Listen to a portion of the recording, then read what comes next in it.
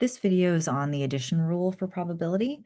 So the idea is that we can look at the probability of getting one of multiple probabilities for different events. And so if we only had two events, two possible events. So I'm going to use the coin flip again as an example. Let's say that we can flip a coin and we can either get heads or we can get tails. So the probability of getting either heads or tails is 100% because if I flip that coin, I'm going to get either heads or tails if those are the options. And so that's what the addition rule is talking about. So the addition rule here is written with the notation. It looks like a U, that's the or. So we're just saying what's the probability of getting A or B. The formula for that is that you add the probability of A to the probability of B. And so the notation for this, if you wanted to use X, if you had multiple variables, you wanted to say X sub 1 or X sub 2, you could do that.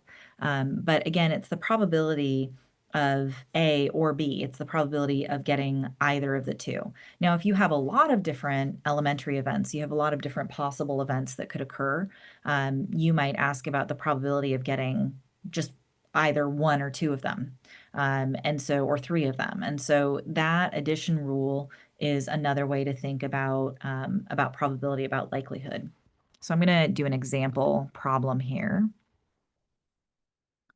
So 30 patients at a psychology practice chose different therapy techniques. 10 chose cognitive behavioral therapy, 5 chose psychodynamic therapy, and 15 chose art therapy. What's the probability that patient chose either CBT or AT?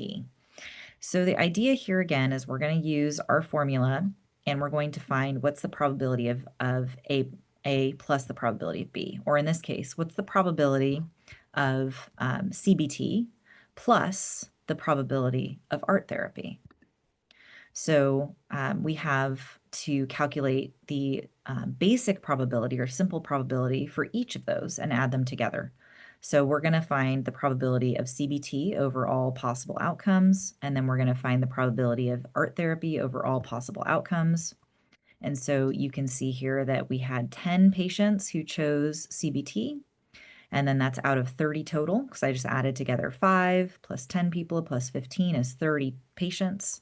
I also have that at the front there, 30 patients. And then I'm going to add that to the probability of art therapy, which is 15. That's how many patients chose that over 30. And so that becomes 0.33 for 10 divided by 30. And I'm going to add that to 15 divided by 30, which is 0.5.